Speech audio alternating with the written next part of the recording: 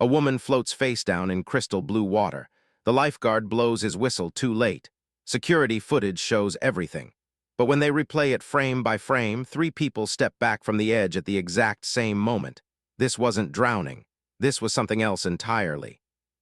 The Riverside Community Pool opened at 9 a.m. sharp, but Corinne Hutchins had been standing at the gate since 8:45. She wore her white tennis skirt, the one that made her legs look longer, and oversized Gucci sunglasses that she'd bought specifically because they photographed well. Her blonde hair was pulled into a high ponytail, and she'd applied her makeup with the precision of someone who knew they'd be the center of attention. Because Corinne always was. "Finally," she muttered as Miguel, the pool attendant, unlocked the gate. He was a college kid, maybe 22, with dark circles under his eyes that suggested he'd worked a closing shift somewhere else last night. "Morning, Mrs. Hutchins," he said, his voice carefully neutral. She breezed past him without responding. The pool deck was empty except for 2 lifeguards setting up their stations. The morning sun caught the water, turning it into a sheet of diamonds. Corinne claimed her usual spot, the prime real estate directly in the shade of the pergola, close enough to the pool to see everything, far enough to keep her belongings dry. She spread out her designer towel with theatrical precision, set down her Hermes bag, and surveyed her kingdom. The Riverside Community Pool was technically open to all residents of the Riverside Heights subdivision. But Corinne had made it abundantly clear over the past 3 summers that some residents were more welcome than others. By 9:15, the first families started arriving. The Johnsons came first, Brad and Sarah with their twin 7-year-olds. Sarah gave Corinne a tight smile and chose chairs on the opposite end of the deck. Then came the Patel family, Raj and Priya with their teenage daughter, Ananya, who was on the high school swim team and actually used the pool for swimming rather than Instagram photos. Corinne watched them over the top of her sunglasses, her mouth pressed into a thin line. "Excuse me," she called out. "Excuse me, those chairs are saved." Priya paused, her hand on the back of a lounge chair. "I don't see any towels or bags." "I'm saving them for my friends," Corinne said. "Find somewhere else." The entire pool deck went quiet. Even the lifeguards looked over. Raj stepped forward, his voice measured. "Mrs. Hutchins, these are public chairs. You can't reserve half the pool deck." "I absolutely can," Corinne said, sitting up straighter. "My HOA fees pay for this facility just as much as anyone else's. More, actually, considering our house is in the platinum tier." "That's not how public pools work," Ananya said quietly. She was 16, with her mother's dark eyes and her father's stubborn chin. Corinne's head snapped toward her. "I don't recall asking for your opinion, sweetheart. Maybe you should spend less time talking back to adults and more time learning some respect." Priya's hand tightened on her daughter's shoulder. "We'll find chairs elsewhere." "Good choice," Corinne said, settling back into her lounger. But as the Patels walked away, she heard Ananya whisper, "She's a racist bitch." Corinne shot to her feet. "What did you just say?" The pool deck froze. Every conversation stopped mid-sentence. "Nothing," Priya said quickly, pulling Ananya closer. "She didn't say anything." "I heard what she said," Corinne's voice echoed off the water. "That little brat called me I want her banned. Where's the manager? Miguel." Miguel appeared from the equipment shed, his face resigned. "Mrs. Hutchins, what's the problem?" "That girl," Corinne pointed at Ananya like she was evidence in a trial, "verbally assaulted me. I want her removed from the premises immediately." "I didn't hear anything," Miguel said carefully. "Because you were in the shed, but I heard it clearly. She used profane language and made false accusations against me." Raj stepped forward, his voice still calm but with steel underneath. "My daughter is 16 years old. You just told her to learn respect after blocking us from using public facilities. If anyone should leave." "Are you threatening me?" Corinne gasped. She pulled out her phone with the speed of a gunslinger. "I'm calling the police. I'm being harassed. I'm being threatened." "Nobody's threatening you," Sarah Johnson called out from across the deck. "You're the one causing problems, Corinne, like you do every single weekend." Corinne whirled on her. "Excuse me." Sarah stood up, setting her magazine aside. "You heard me. Every weekend you're here, you start something. Last month you tried to ban the Chen family's kids from using the diving board because they were too loud." The week before that you complained that someone's music was gang-related when it was literally just pop music. I have a right to a peaceful environment. Corinne's face was turning red now, blotchy under her foundation. I pay good money to live in this community, and I shouldn't have to deal with. She stopped herself, but everyone knew what word she'd almost said. The silence that followed was thick enough to choke on. You know what, Raj said quietly. We'll go, this isn't worth it. No, Ananya said. Why should we leave? We didn't do anything wrong. Honey. No, Dad, Ananya's voice cracked. I'm tired of people like her making us feel like we don't belong in our own neighborhood. We moved here 2 years ago and she's done nothing but. That's enough, Priya said firmly, but her eyes were shining with tears. They gathered their things in silence. Corinne watched with her arms crossed, triumphant. As the Patels walked toward the gate, Ananya turned back one last time. You're a miserable person, she said, and one day someone's going to stand up to you. Is that a threat? Corinne called out. It's a promise, Ananya said. Then they were gone. The pool deck remained silent for a long moment. Then, slowly, conversations resumed. But they were quieter now, more subdued. Several people were looking at Corinne with expressions that ranged from disgust to something darker. Corinne didn't care, she'd won, she always won. She settled back into her chair, pulled out her phone, and opened the Riverside Heights HOA Facebook group. Another disruption at the pool this morning, she typed. Some families really need to teach their children respect before bringing them to shared community spaces. I shouldn't have to tolerate verbal abuse. Where are the standards? Where is the enforcement? She hit post and watched the reactions roll in. Most were supportive, at least publicly. Corinne had cultivated a coalition of like-minded residents who believed that community standards meant keeping certain people in their place. But there were other comments too, quieter ones, questions about what really happened, suggestions that maybe Corinne was the problem. She deleted those comments immediately. As HOA vice president, she had that power. By noon, the pool was crowded. Corinne had been joined by her friends, Deborah, Linda, and Sue, women who shared her views and her sense of entitlement. They'd taken over 6 chairs now, spreading out their things to create a private compound within the public space. Did you hear about the Martinezes? Deborah said, leaning in conspiratorially. Apparently they're subletting their garage apartment. To who? Corinne asked, alert immediately. I don't know, but I saw some man going in and out last week. Didn't look like someone who should be in our neighborhood, if you know what I mean. Corinne pulled out her phone again. That's a violation. Short-term rentals aren't allowed per the HOA covenants. I'll report it. As she typed, a shadow fell across her lounger. Corinne looked up, squinting against the sun. A woman stood over her. She was in her 50s, with steel-gray hair cut short and the kind of weathered face that suggested she'd spent her life working outdoors. She wore a simple one-piece swimsuit and carried a towel that had clearly seen better days. Can I help you? Corinne asked, her tone making it clear she had no intention of helping. I'm here to swim, the woman said. Her voice was rough like gravel. Well, the pool is open to everyone, Corinne said, gesturing vaguely. But these chairs are taken. I can see that, the woman didn't move. You're Corinne Hutchins. It wasn't a question. Yes, and you are. Diane Freeman. Corinne waited for more information, but none came. Okay, Diane, like I said, these chairs. I know what you did, Diane said quietly. The words hung in the air like smoke. Corinne's friends went quiet. Linda set down her mojito. Sue stopped scrolling through her phone. I'm sorry, Corinne said, her voice ice. 3 years ago, the Riverside Elementary School Carnival, you and your friends on the PTA. Corinne's stomach went cold. I don't know what you're talking about. Yes, you do. Diane stepped closer. My daughter Melissa was a teacher there, 1st grade. She organized the carnival as a fundraiser, put in months of work. Corinne's mind was racing, trying to place the name. Melissa Freeman, oh God.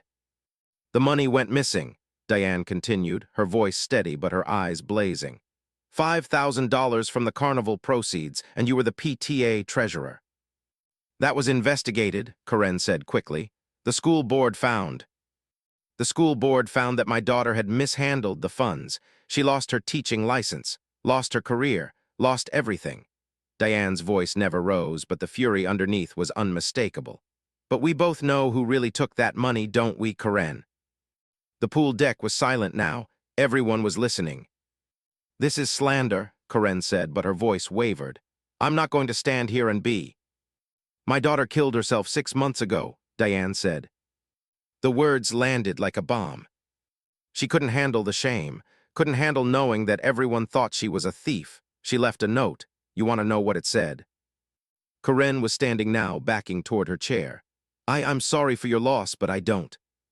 It said, Mom, I'm not strong enough to keep fighting people like Karen Hutchins. Deborah stood up, positioning herself between them. Ma'am, I think you should leave. You're clearly grieving, but this isn't appropriate. Appropriate? Diane laughed, but there was no humor in it. My daughter is dead because of your friend, because she stole money and let an innocent woman take the fall, because she's a liar and a coward and... Security, Karen shrieked. Miguel, someone call security. Miguel appeared again, looking torn. Ma'am, I'm going to have to ask you to. I'm leaving, Diane said, but I want everyone here to know the truth about who Karen Hutchins really is. She turned to face the crowd of pool-goers, all watching with rapt attention. She destroys people, Diane said simply, and she sleeps just fine at night. Then she walked away, her towel still folded under her arm, leaving behind a pool deck full of whispers and stares. Karen sank into her chair, her hands shaking. That woman is insane, she said loudly. She's clearly unstable. Someone should call the police. But nobody moved. And when Karen looked around, she saw something new in the eyes of her neighbors. Doubt. Later that afternoon, after her friends had made excuses to leave early, Karen stood alone at the edge of the deep end. The pool was emptier now. The harsh noon sun had given way to the softer light of late afternoon. Most families had gone home for dinner. Karen stared into the water, watching the light dance across its surface. Behind her, she didn't notice the 3 figures emerging from the changing rooms. She didn't notice them converging. She didn't notice anything. Karen felt the first push as barely more than a nudge, so subtle she almost thought she'd imagined it. But then came the second push, harder, and suddenly her designer sunglasses were flying off her face and the blue water was rushing up to meet her. She hit the surface with a splash that seemed to echo across the entire pool deck. The water was colder than she expected. It filled her nose, her mouth. She thrashed, disoriented, her arms windmilling as she tried to find up. When her head broke the surface, she gasped and sputtered, her carefully applied makeup running down her face in black streams. What the? She spun in the water, searching for who'd pushed her. 3 women stood at the pool's edge, looking down at her. Diane Freeman was in the center, still in her one-piece swimsuit. On her left was an Asian woman in her 40s with close-cropped hair and the build of someone who worked out religiously. On her right stood a black woman, older, maybe 60, with silver braids and eyes that held decades of accumulated fury.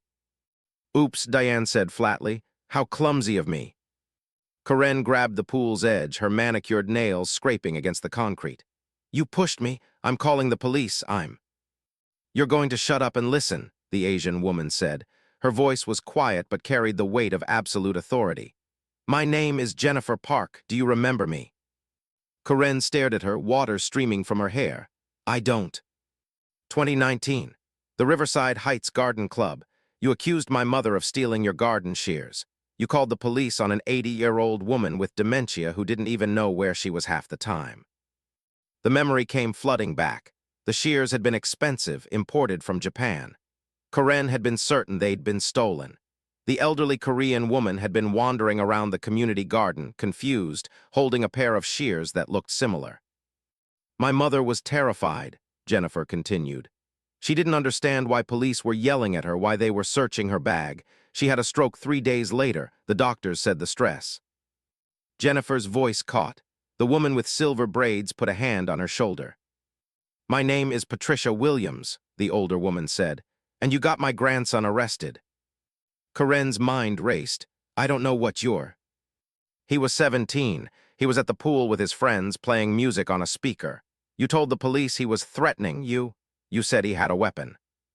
He was acting aggressive, Karen stammered, still clinging to the pool's edge. He was dancing. Patricia said, her voice like iron. He was a child dancing with his friends, but you told them he had a gun. 3 police cars came. They threw him on the ground. They put their knees on his back while he screamed that he couldn't breathe. The pool deck was silent except for the filter's hum. He didn't have a gun, Patricia continued.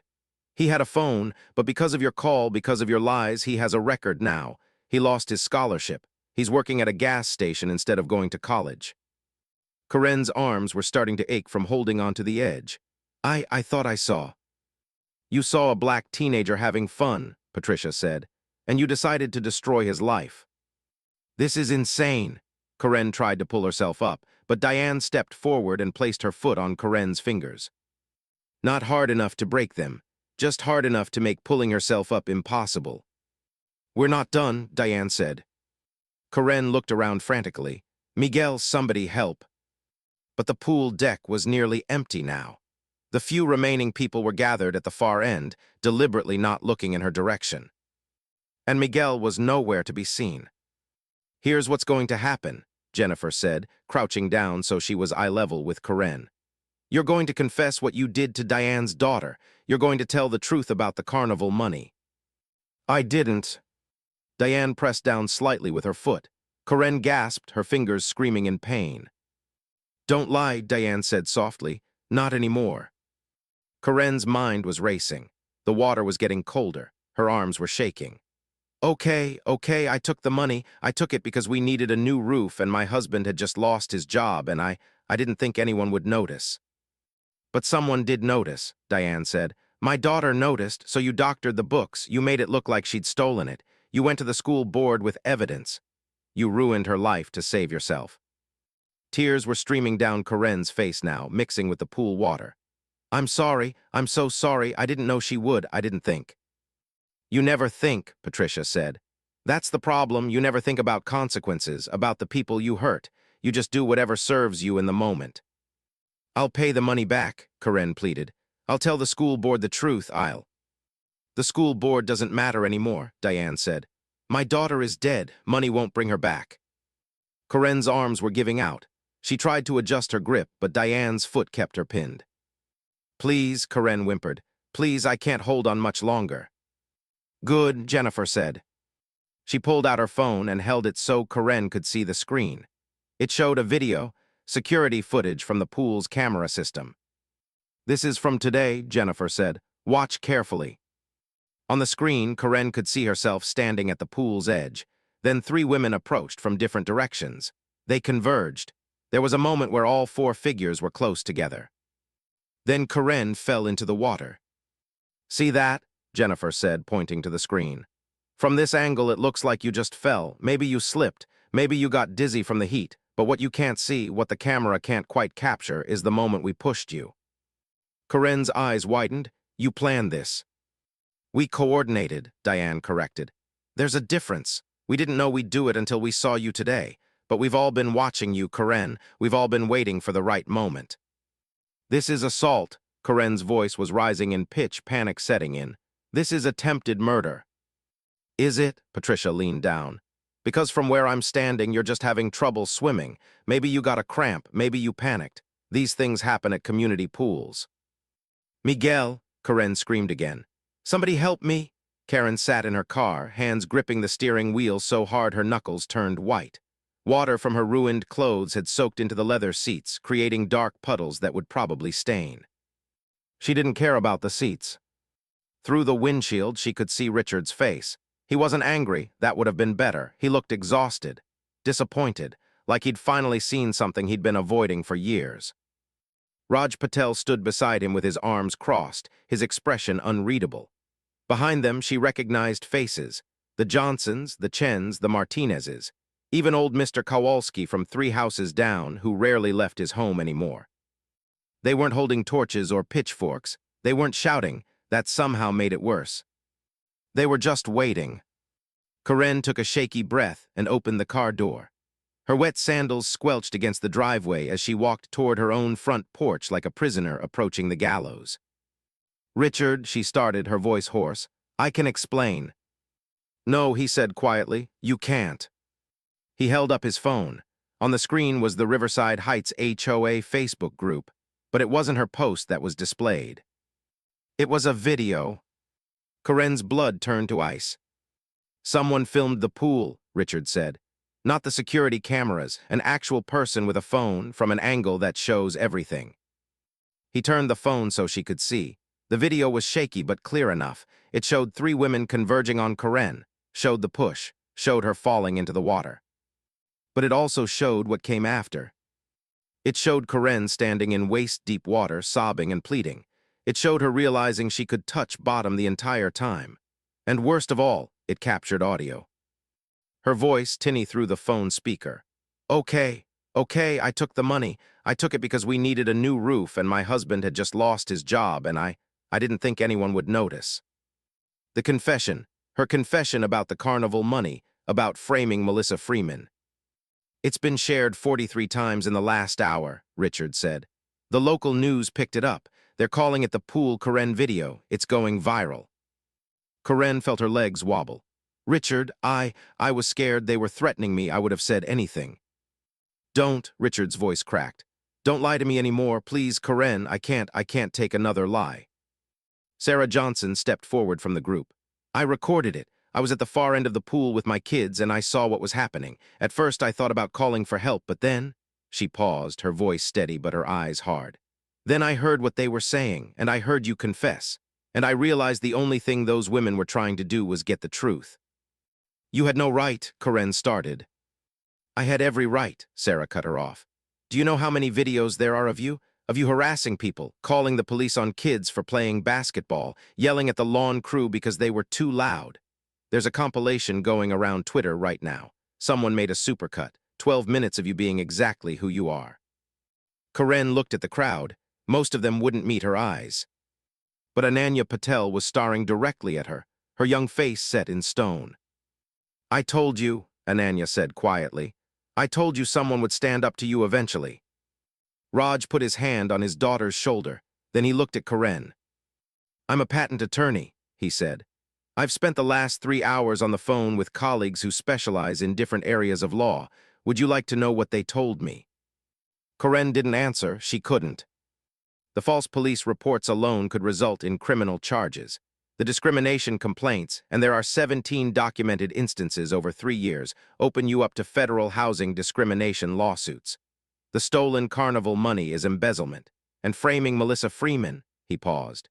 That's criminal fraud, possibly even manslaughter, given what happened to her. She killed herself, Corinne whispered. I didn't. You pulled the trigger, came a voice from the back of the crowd. Diane Freeman stepped forward. She'd changed out of her swimsuit and now wore jeans and a simple black t-shirt.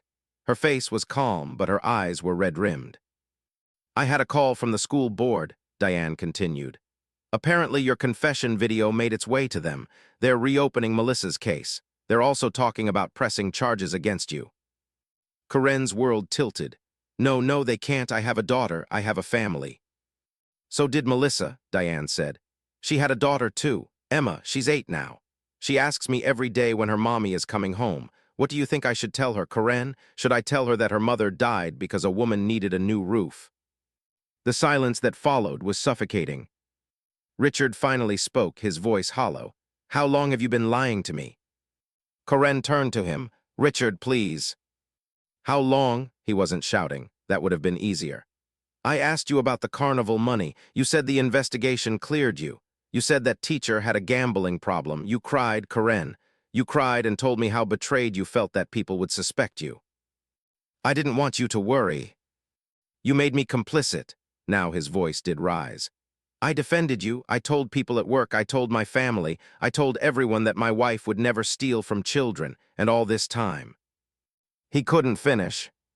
Brad Johnson stepped forward, his voice gentle but firm. Richard, I think you should see this too. He held out a folder. Inside were printouts, screenshots of text messages, emails, posts from private Facebook groups. Some of us have been documenting Corinne's behavior for months, Brad said. We thought about going to the HOA board, but Corinne is on the board. We thought about the police, but most of what she did was technically legal, just morally reprehensible. So we just collected evidence, in case we ever needed it. Richard flipped through the pages, his face growing paler with each one. Text messages where Karen organized property value protection, campaigns against families she deemed undesirable. Emails where she coached other residents on how to make complaints that would stick. Posts where she celebrated getting the Martinez family's nephew arrested for trespassing when he'd been visiting his aunt. "I don't know who you are," Richard said finally, looking at Karen. "I thought I did, but I don't. I don't know this person." "I was protecting our neighborhood." Karen's voice was desperate now, shrill. "I was protecting property values. Someone has to maintain standards." "Standards?" Mr. Kowalski spoke up, his elderly voice cutting through her words. "I'm 83 years old. I've lived in this neighborhood for 40 years. You know what I've seen? I've seen good people driven out because of people like you. People who think standards means people who look like me." He shuffled forward, leaning heavily on his cane. "My wife was Jewish," he continued.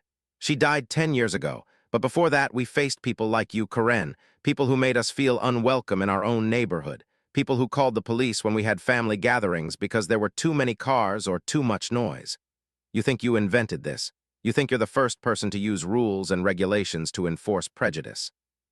His voice grew stronger, decades of suppressed anger finally finding release. "You're not protecting anything. You're not maintaining standards. You're just scared. Scared that if people who don't look like you get a seat at the table, there won't be room for you anymore. But here's the truth, Karen, there's plenty of room. There always has been, you just couldn't stand to share."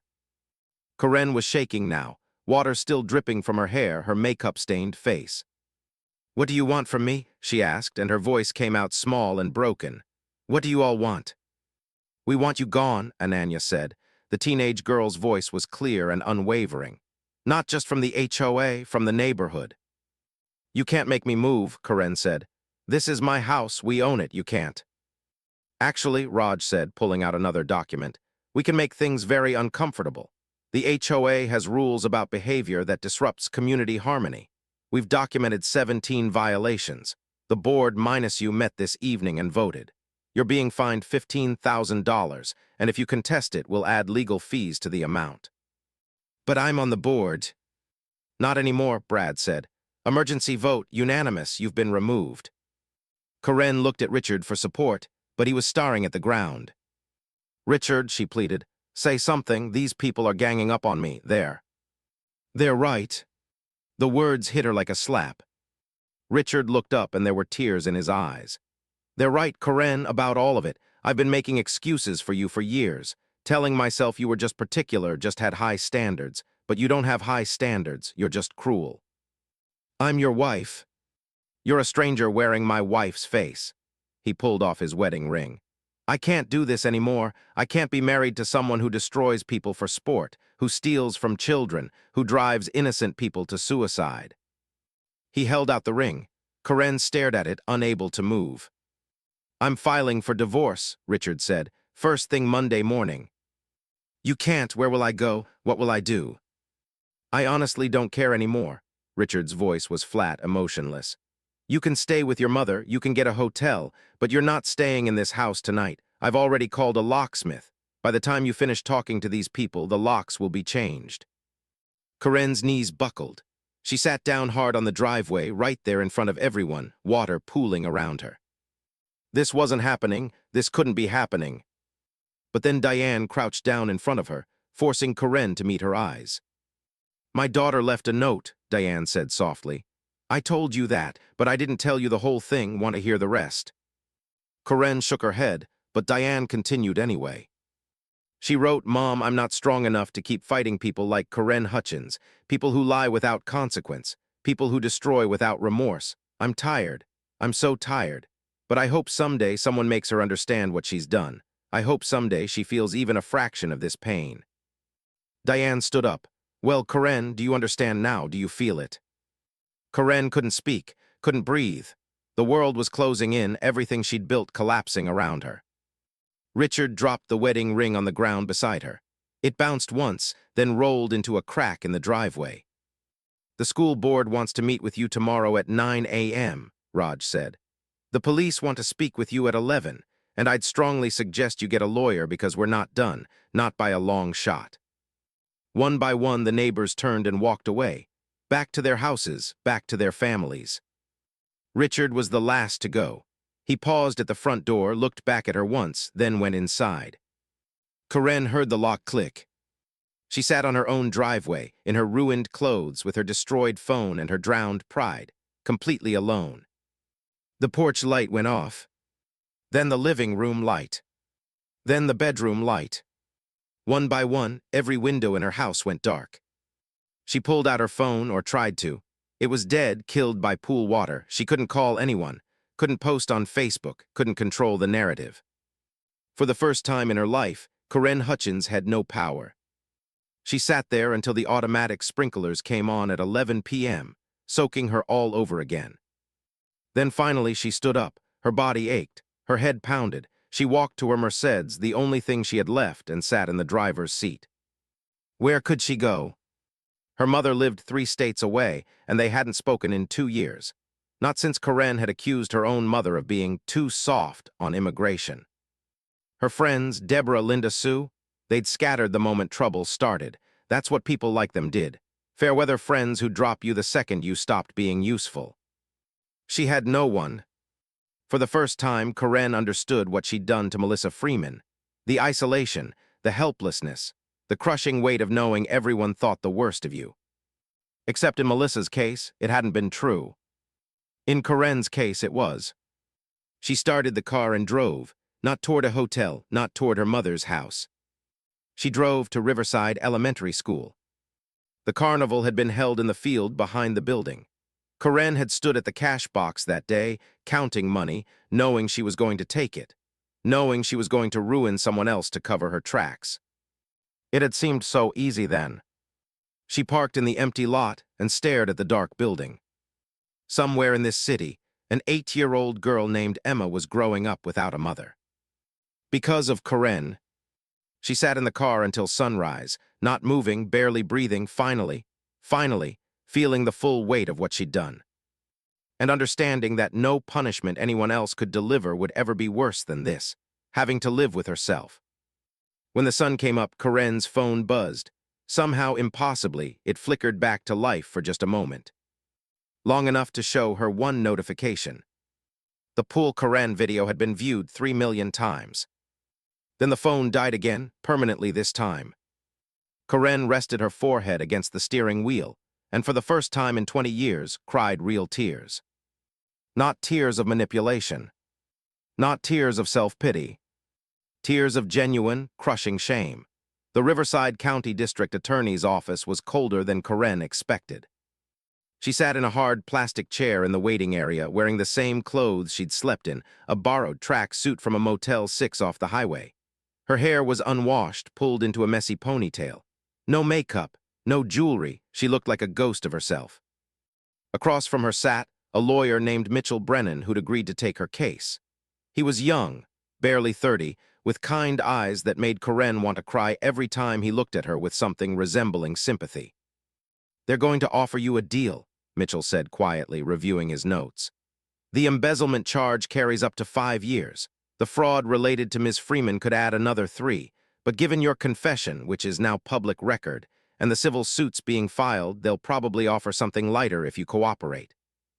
"How much lighter?" Karen's voice was barely a whisper. 18 months, maybe 2 years, probation, community service, full restitution to the school district, that's $5,000 plus interest. You'll need to make a public statement, probably some kind of victim awareness course. Karen nodded numbly. 2 years in prison, her life destroyed, everything gone. Mitchell leaned forward. "Mrs. Hutchins, Karen, I need you to understand something. You're not going to win public sympathy here. The video has 40 million views now. You're a national story. There are think pieces about you in the New York Times. You've become a symbol." "A symbol of what?" "Everything people hate about HOA tyranny, racial profiling, and wealthy white women who weaponize the police." He said it gently, but the words still hit like hammers. "I'm not saying that to be cruel. I'm saying it because you need to understand what you're walking into. This isn't just about the money anymore." The door opened. A stern-looking woman in her 50s appeared. "Ms. Hutchins, they're ready for you." Karen stood on shaking legs. The meeting room contained 3 people. An assistant district attorney named David Park, a victim's advocate, and sitting in the corner with her arms crossed, Diane Freeman. Corinne's breath caught. Ms. Freeman requested to be present, David Park said, his voice professional but not unkind. Given the nature of the charges and their connection to her daughter's death, we felt it was appropriate. Corinne couldn't look at Diane. She stared at the table instead, at the wood grain patterns, anywhere but those eyes. "Let's begin," David said, opening a file. "Mrs. Hutchins, you've been charged with embezzlement of public funds, fraud, and filing false police reports." "I'll plead guilty," Corinne said suddenly. The room went silent. Mitchell touched her arm. "Corinne, we haven't discussed." "I'll plead guilty to everything," she continued, her voice growing stronger. "I took the money, I framed Melissa Freeman, I made false police reports, all of it. I did all of it." David Park sat back, studying her. "Mrs. Hutchins, I appreciate the confession, but you should know that the evidence against you is already substantial. This isn't a negotiation point." "I know," Corinne finally looked up. "I'm not trying to negotiate, I'm trying to tell the truth. For once in my life, I'm trying to tell the truth." She turned to Diane, forcing herself to meet that grief-hardened gaze. "Your daughter didn't steal anything," Corinne said, and her voice cracked. "She was a good person, a good teacher. She noticed the discrepancies in the carnival accounts because she was thorough and honest. And when she came to me with questions, I panicked. I'd already spent the money. My husband had lost his job, we were behind on the mortgage, and I needed more time." Tears were streaming down Corinne's face now, but she didn't wipe them away. "I doctored the spreadsheets. I made it look like she'd been skimming money over several months. I created fake receipts. I even planted some of the stolen cash in her classroom during a PTA meeting, tucked it behind a filing cabinet where someone would eventually find it." Diane's jaw tightened, but she didn't speak. "I went to the school board with concerns," Corinne continued. "I cried, I told them how betrayed I felt. I played the victim so well that they never questioned me. And when they fired her, when they took away her teaching license, I told myself she'd be fine. She was young. She'd find something else. I told myself a lot of lies to sleep at night." "Did they work?" Diane asked quietly. Corinne shook her head. "No, but I kept telling them anyway." David Park was taking notes. "This is quite a comprehensive confession, Mrs. Hutchins, but I have to ask, why now? Why not when the investigation was happening 3 years ago?" "Because 3 years ago I thought I could get away with it," Corinne said simply. "I thought I was smarter than everyone else. I thought I deserved to get away with it because people like me always did. And I was right. I did get away with it, until I didn't." She looked at Diane again. "Your daughter left that note about me, about not being strong enough to fight people like me. And she was right. She shouldn't have had to be strong. She shouldn't have had to fight. She told the truth, and I destroyed her for it." "Yes," Diane said, "you did." The words hung in the air. "I can't bring her back," Corinne continued. "I can't undo what I did, but I can stop lying, I can stop hiding, I can face what I've done." Mitchell was scribbling notes frantically. This confession was both helping and hurting his case. It removed any defense, but it also showed genuine remorse. David Park closed his file. "Mrs. Hutchins, given your confession and cooperation, I'm prepared to recommend the following: 2 years in county jail, eligible for parole after 12 months with good behavior. 5 years probation following release. Full restitution to Riverside Elementary School in the amount of $5,000 plus 6% annual interest, total of $5,954, $1,000 hours of community service. And you will write a formal letter of apology that will be entered into the public record and shared with Ms. Freeman's family." "I agree," Corinne said immediately. "Corinne," Mitchell started to protest. "I agree," she repeated, "to all of it." David nodded slowly. "Very well, we'll file the paperwork. Sentencing will be in 2 weeks. Until then, you're free on your own recognizance, but you're not to leave the county." Corinne stood, but before she could leave, Diane spoke. "Wait." Corinne froze. Diane stood and walked over to her. They were the same height, eye to eye. "I want you to know something," Diane said. "I thought destroying you would make me feel better. I thought watching you lose everything would give me some kind of peace. But it doesn't. You're not enough. Your punishment isn't enough. Nothing will ever be enough because my daughter is gone and you're still here." Corinne nodded, tears flowing freely. "I know." "But," Diane continued, her voice softening slightly, "I also want you to know that Melissa would have forgiven you. She was that kind of person. She forgave everyone. She believed in second chances and redemption and all those things that seem impossible right now. Diane's own eyes were wet now. So I'm going to try to do what she would have done. I'm going to try to forgive you, not because you deserve it, but because carrying this hate is killing me the same way your lies killed her, and I'm not going to let you take anything else from me. She held out her hand. Corinne stared at it, this impossible gesture, this grace she'd never earned. Slowly, hesitantly, she took Diane's hand. They didn't shake, they just held on for a moment, two women bound together by tragedy and truth. Then Diane let go and walked out of the room. Corinne watched her go, understanding that forgiveness didn't mean friendship. It didn't mean absolution. It just meant that Diane was choosing to stop letting Corinne's actions control her life. It was more than Corinne deserved. The sentencing hearing 2 weeks later was packed. The local news had cameras outside the courthouse. The Poole Corinne story had become a national conversation about racism, privilege, and accountability. Everyone wanted to see how it ended. Corinne wore a simple black dress, no designer labels, no jewelry except her grandmother's wedding ring, the only piece Richard had let her keep. Richard himself sat in the back of the courtroom. He'd filed for divorce, but he'd come today anyway. Corinne didn't know why, maybe closure, maybe curiosity. The judge was a black woman in her 60s named Honorable Patricia Williams, no relation to the Patricia from the Poole, but the coincidence wasn't lost on Corinne. "Mrs. Hutchins," Judge Williams said, looking over her glasses, "I've reviewed your case thoroughly. I've read the statements from the victims. I've watched the video that sparked this investigation, and I've noted your cooperation with the district attorney's office." Corinne stood, her knees shaking. "What you did to Melissa Freeman was unconscionable," the judge continued. "You didn't just steal money. You stole a woman's livelihood, her reputation, and ultimately her will to live. The impact of your actions extends far beyond a financial crime." Corinne nodded, not trusting herself to speak. "However," Judge Williams said, "I've also noted that you've taken full responsibility. You haven't tried to minimize your actions or shift blame. You've confessed completely and cooperated fully. These factors weigh in your favor." She paused, letting the silence build. "I hereby sentence you to 18 months in county jail, with the possibility of parole after 12 months with good behavior. 5 years probation.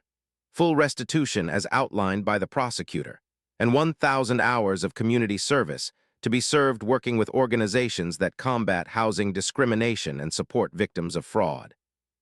Corinne felt her legs give out, but Mitchell caught her arm.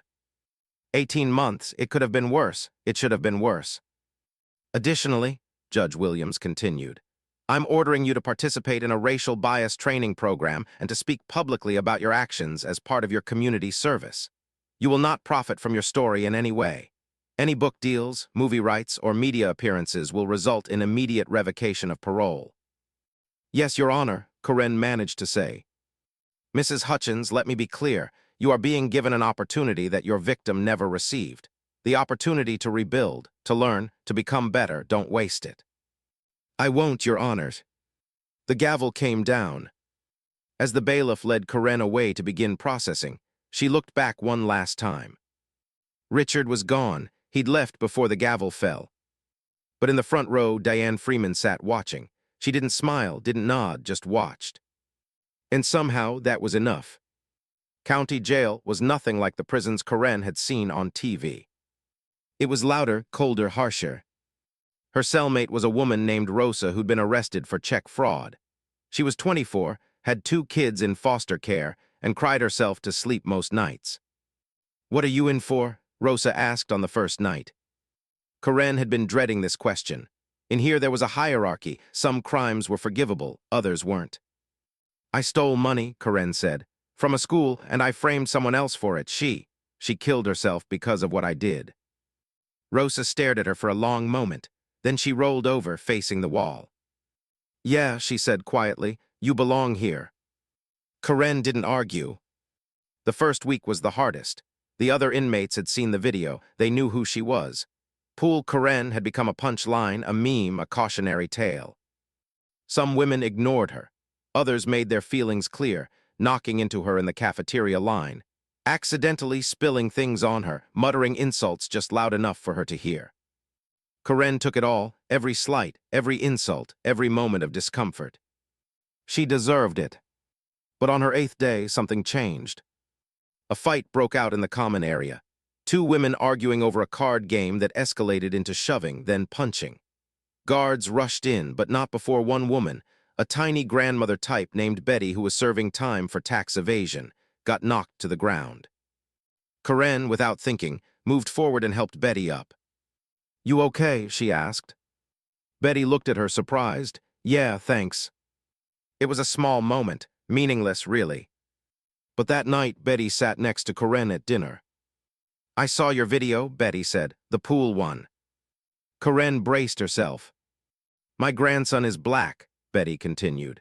"He's 12, sweet kid, loves basketball, and I spend every day worrying that someone like you is going to call the cops on him for playing too loud or looking suspicious, or just existing."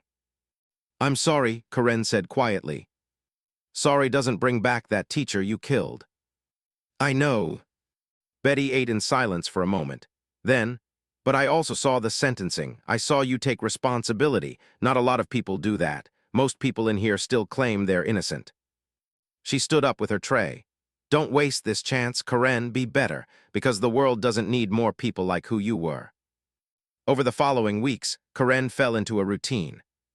She worked in the prison library. She attended every rehabilitation program offered, anger management, bias training, victim empathy courses. She read everything she could about the people she'd harmed. Not just Melissa Freeman, but all of them, the Patel family. The teenager Patricia Williams had told her about, the Martinez family, Jennifer Park's mother. She wrote letters, not to send, because most of them wouldn't want to hear from her, but to process her own complicity.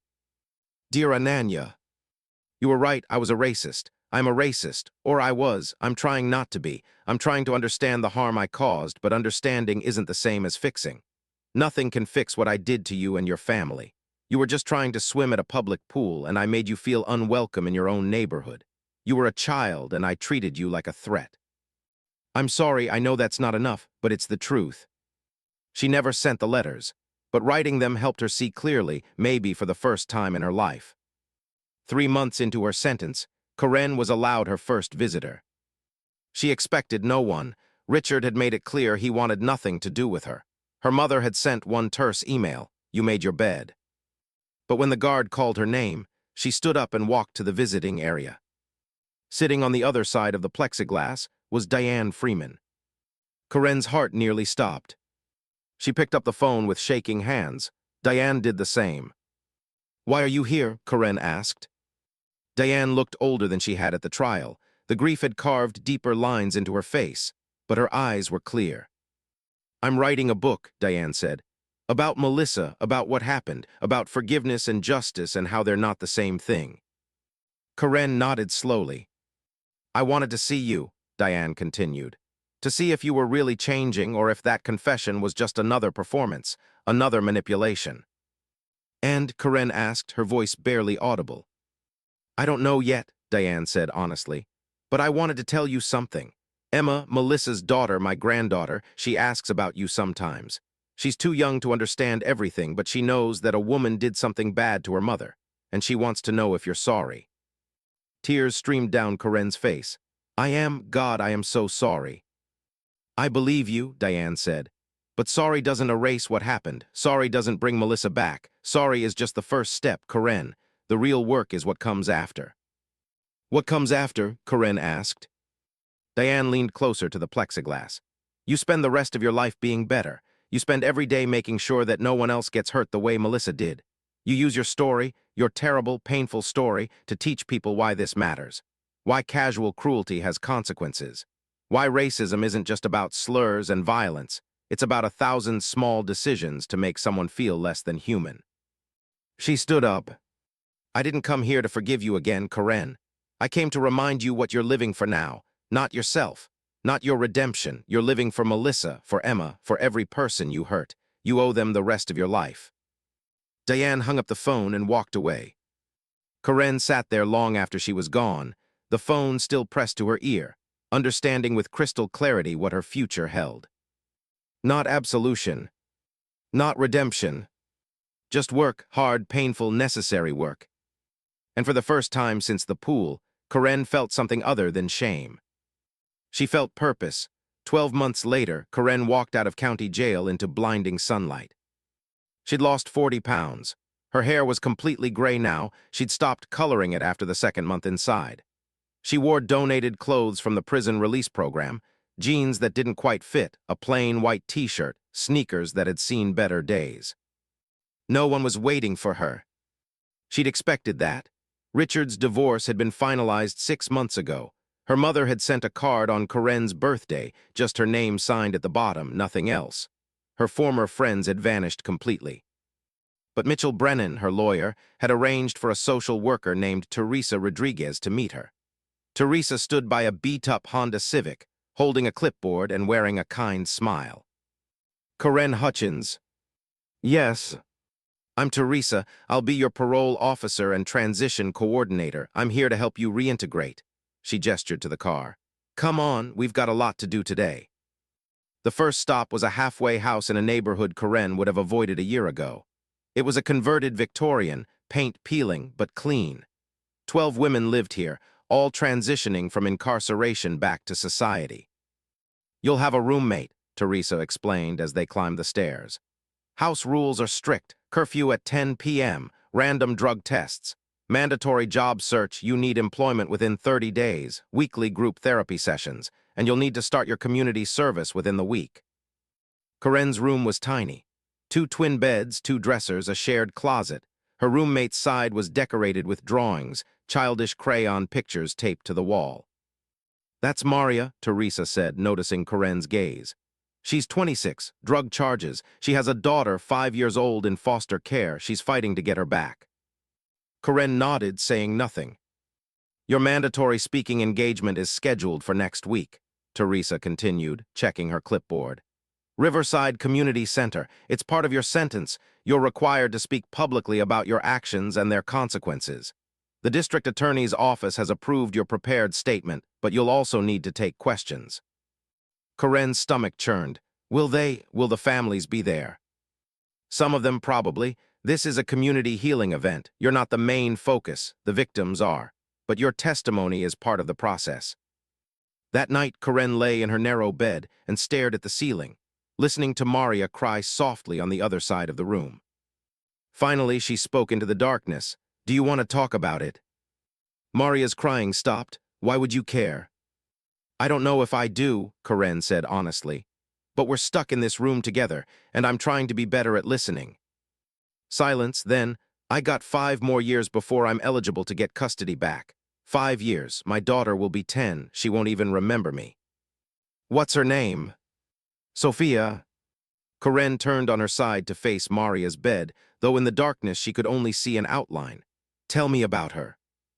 And Maria did. She talked for an hour about Sophia's laugh, her love of butterflies, the way she pronounced spaghetti as paschetti. About how Maria had gotten hooked on pain pills after a car accident, how she'd lost her job, how she'd started selling to support her habit. About the night she got arrested with Sophia in the backseat, crying. Worst moment of my life, Maria whispered. Watching them take her, knowing it was my fault. Karen understood that feeling. She understood it completely. I'm trying to do better, Maria said. I've been clean 18 months. I got my GED in jail. I'm working at a laundromat 6 days a week. I do everything they tell me to, but it's not enough. It's never enough. Maybe that's the point, Karen said quietly. Maybe we're not supposed to feel like it's enough. Maybe we're just supposed to keep trying anyway. Maria was quiet for a long moment. Then, what did you do to end up here? Karen told her, everything. The pool, the carnival, money, Melissa Freeman, the video that went viral, the trial. When she finished, Maria said, Damn, you're famous. Infamous. Yeah, that's gonna make finding a job hard. Maria was right. Over the next 3 weeks, Karen applied to 47 jobs. Gas stations, grocery stores, fast food restaurants, cleaning services. Anything that would hire someone with her record. She got 2 interviews. Both ended the moment the hearing manager recognized her. Your pool, Karen, one manager said, his voice flat. Yeah, we're not interested. By week 4, Karen was desperate. Her savings were gone. Richard had gotten the house, most of their assets. She had $847 in her bank account and rent due at the halfway house. Teresa found her sitting on the porch steps one evening, head in her hands. "I can't find work," Karen said. "No one will hire me. I'm trying, but—" "I know," Teresa said, sitting beside her. "That's why I made some calls. There's a nonprofit called Second Chances. They work with ex-offenders doing anti-discrimination advocacy. They're looking for someone to coordinate community outreach." Karen looked up. "They'd hire me." "They'd hire you because of what you did. They want someone who can speak from experience about how bias and prejudice destroy lives. Someone who can stand in front of schools and community groups and say, 'I did this terrible thing, and here's why it was wrong, and here's how to recognize it in yourself.'" "I don't know if I can." "You have to," Teresa said firmly. "It's either this or you violate your parole by failing to maintain employment. Your choice." The speaking engagement at Riverside Community Center came before Karen's first day at Second Chances. The auditorium was packed. News cameras lined the back. Karen recognized faces in the crowd: Brad and Sarah Johnson, Raj and Priya Patel with Ananya sitting between them, Jennifer Park, Patricia Williams. And in the front row, holding an 8-year-old girl's hand, sat Diane Freeman. Emma, Melissa's daughter, she had her mother's eyes. Karen's hands shook as she approached the microphone. The moderator, a victim's advocate named Dr. James Chen, introduced her with clinical precision.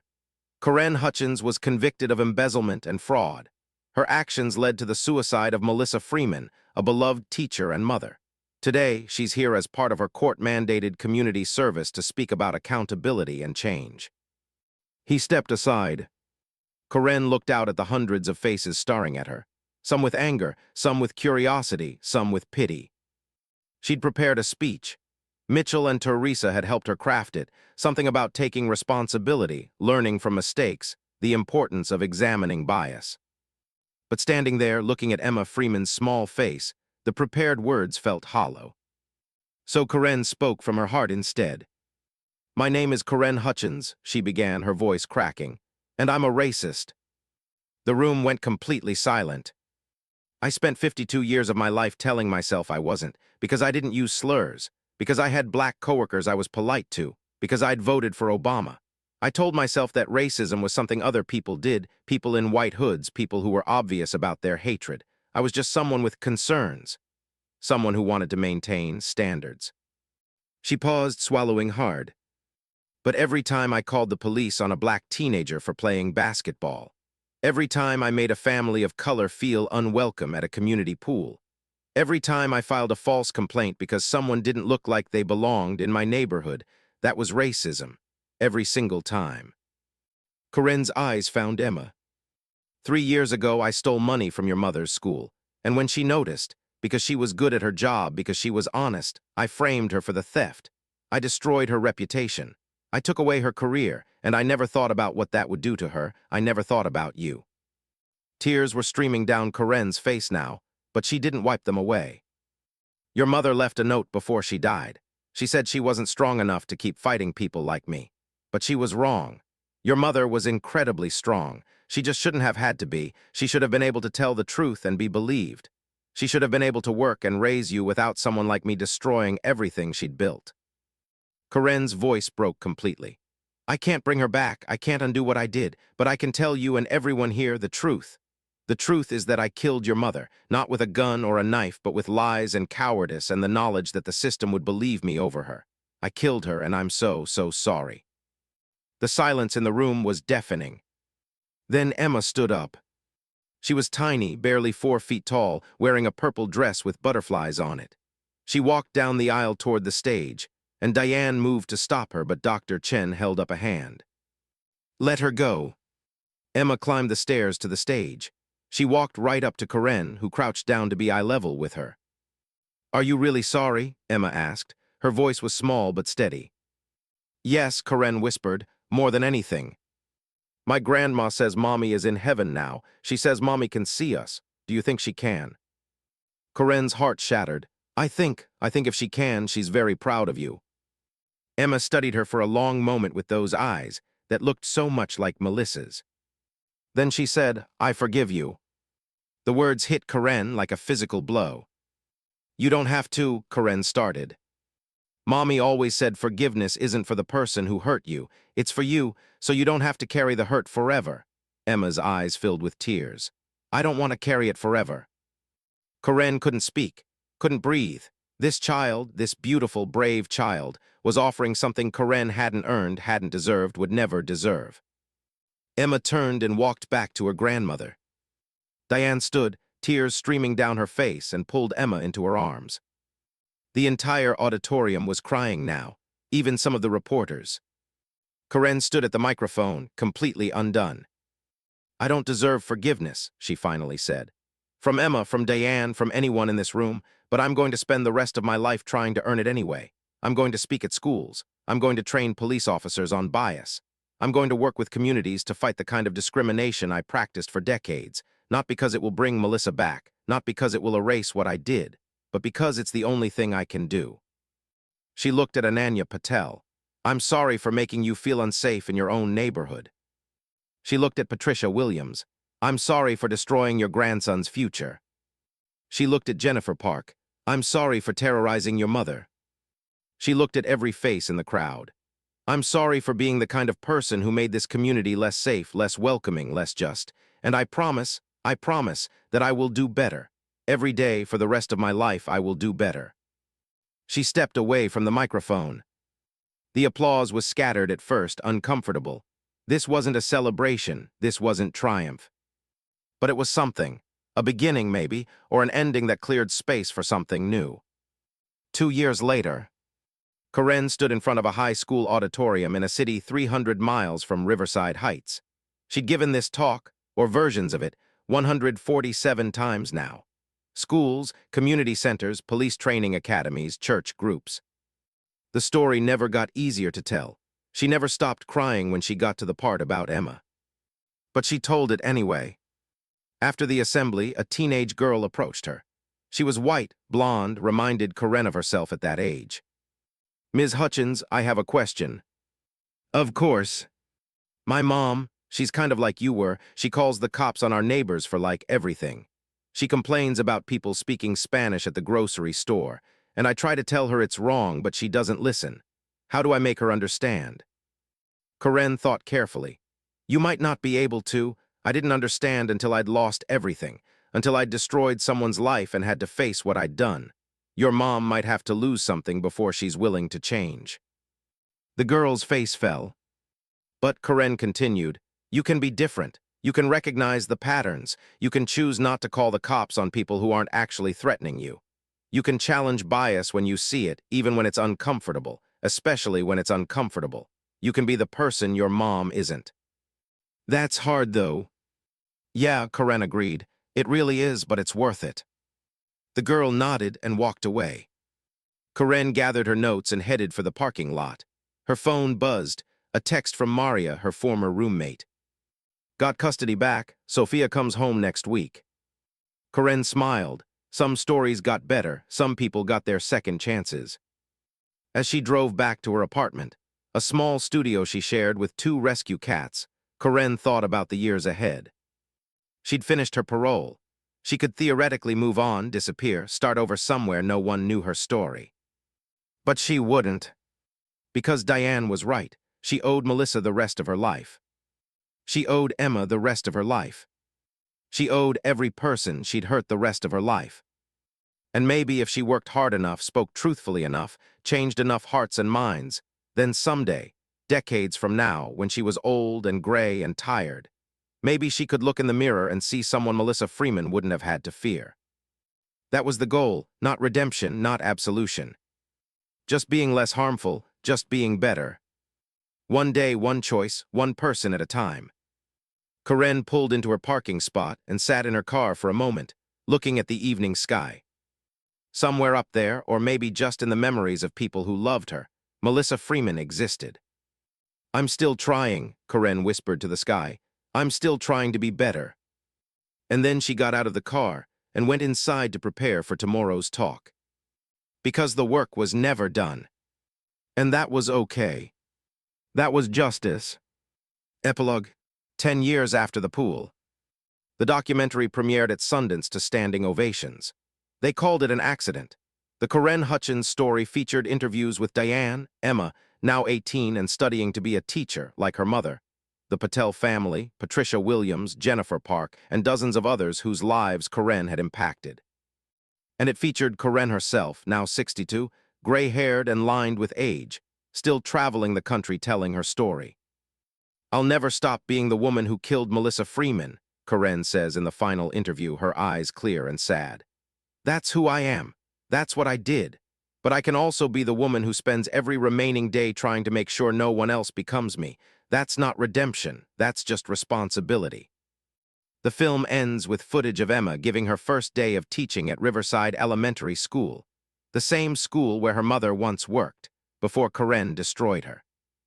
Emma stands in front of a classroom of first graders, smiling, alive, continuing her mother's legacy. And in the back of the room, invited by Emma herself, sits Corinne. She doesn't speak, doesn't interrupt, doesn't make it about herself. She just watches, witnesses, bears the weight of what she took and what survived despite her. When the children leave for recess, Emma approaches Corinne. "Thank you for coming," Emma says. "Thank you for letting me," Corinne replies. They don't hug, they're not friends, they'll never be friends. But there's something, connected by tragedy, bound by truth. And that perhaps is enough. The screen fades to black. Text appears.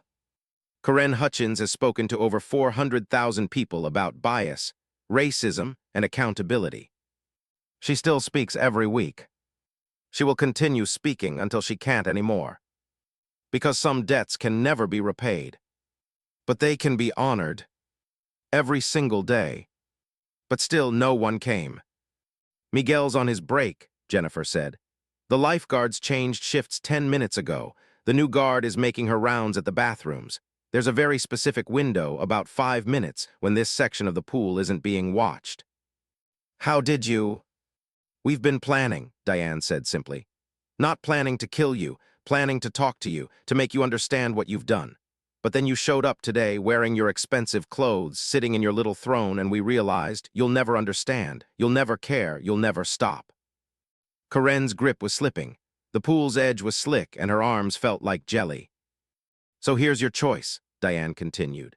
"You can keep hanging there until your arms give out, or you can let go, swim to the shallow end, and walk away. But if you walk away, you do it knowing that we're watching, always. And the next time you decide to destroy someone's life, the next time you call the police on a teenager for dancing, or accuse someone of theft, or force a family to leave a public space because of the color of their skin, we'll know. And we'll be there." "You can't threaten me," Corinne said, but her voice was weak. "We're not threatening you," Patricia said. "We're promising you want to call this attempted murder. Fine, call the police. Show them the footage. They'll see a woman who fell into a pool and 3 women standing nearby. They'll see you struggling to swim, even though you're in 4 feet of water and could stand up at any time." Corinne looked down. Through the distortion of the water, she could see the bottom. Patricia was right. She was in the shallow end of the deep section, if she just put her feet down.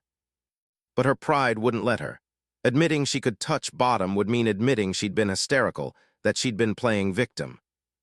"Let me tell you what else they'll see," Jennifer said, still holding up her phone. "They'll see all the complaints you filed against minorities in this neighborhood, all the police calls, all the HOA violations you've reported. They'll see a pattern. And they'll see 3 women, a widow whose daughter committed suicide because of you, a woman whose mother had a stroke after you falsely accused her, and a grandmother whose grandson lost his future because of your lies. What do you think a jury would say? Who do you think they'd believe?" Corinne's breath was coming in short gasps now. "This isn't fair." "Fair?" Diane's voice finally rose. "Fair? You want to talk about fair? My daughter wrote me a letter before she killed herself. Should I read it to you? Should I tell you how she described lying awake at night, knowing that everyone thought she was a thief? How she couldn't get another teaching job because of the black mark on her record? How she went from being a beloved first-grade teacher to working at a call center where people screamed at her all day?" "I'm sorry," Corinne sobbed. "I'm sorry, I'm sorry, I'm sorry." "You're not sorry," Patricia said coldly. "You're scared, there's a difference." Diane lifted her foot off Corinne's fingers. Corinne immediately scrabbled at the edge, trying to pull herself up, but she'd been in the water too long. Her arms were too weak. She slipped back under, came up coughing. "Stand up, Corinne," Jennifer said. "I can't." "Yes, you can. Put your feet down, stand up." Slowly, reluctantly, Karen lowered her feet. They touched the bottom. She stood, the water only coming up to her chest. She'd been able to stand the entire time. The three women looked down at her with expressions of pure contempt. "That's what we thought," Diane said. "You've been playing victim when you were never in danger at all." Karen stood there, shivering, her makeup completely destroyed, her perfect hair plastered to her skull. "Here's what happens next," Jennifer said. "You're going to go to the school board and tell them the truth about Melissa Freeman. You're going to return the money you stole with interest. You're going to write a letter to the local paper explaining what you did." "I can't, my reputation." "Your reputation," Patricia laughed bitterly. "What about my grandson's reputation? What about his future?" "You're also going to withdraw every false complaint you filed with the HOA," Jennifer continued. "Every violation against families you targeted because they weren't white enough or rich enough or respectable enough." "And you're going to resign from the HOA board," Diane added, "effective immediately." Karen wrapped her arms around herself. "And if I don't?" "Then we go to the police ourselves," Jennifer said. "We show them the evidence we've been collecting for months, the pattern of harassment, the false police reports, the discrimination. Karen, you've violated fair housing laws. You've made false police reports, which is a crime. You've used the HOA to discriminate, which opens you up to federal lawsuits. We have documentation. We have witnesses. We have everything we need to not just ruin your reputation. We can put you in prison." Karen's legs gave out. She sat down hard in the water, her expensive skirt billowing around her. "Or," Diane said quietly, "you can do the right thing. For once in your miserable life, you can do the right thing." The sun was setting now, painting the pool water gold and orange. Shadows stretched across the deck. Karen looked up at the three women, these women whose lives she damaged without thought, without care, without consequence. "Until now." "Okay," she whispered. "Okay, I'll do it." "Smart choice," Patricia said. They turned to walk away, but Diane paused and looked back. "One more thing, Karen. If you try to retaliate, if you try to come after any of us, if you make one more false police report, if you target one more family, we won't be so gentle next time, and there won't be water to break your fall." Then they were gone, their footsteps echoing across the deck. Karen sat in the pool for a long time, the water growing colder as the sun disappeared. Her phone was destroyed, waterlogged, and useless. Her designer bag had been knocked into the water during the confrontation. Her sunglasses were at the bottom of the pool. Everything she'd brought to establish her dominance, her superiority, was ruined. Finally, she pulled herself out and walked across the deck, leaving wet footprints that dried before she reached the gate. Miguel was back at his station, wiping down tables. He looked up as she passed, then quickly looked away. He'd seen everything. He'd been watching from the equipment shed the entire time. And he'd done nothing to help her. Karen walked through the parking lot to her Mercedes, dripping water onto the hot asphalt. She sat in the driver's seat, leaving puddles on the leather, and stared at her reflection in the rearview mirror. The woman staring back was almost unrecognizable. No makeup, no sunglasses, no carefully constructed armor. Just Karen, finally seeing herself the way others had seen her all along. She started the car and drove home in silence. But as she pulled into her driveway, she saw something that made her stomach drop. There were 3 cars parked on the street outside her house. And standing on her front porch, arms crossed, was her husband, Richard. Next to him stood Raj Patel.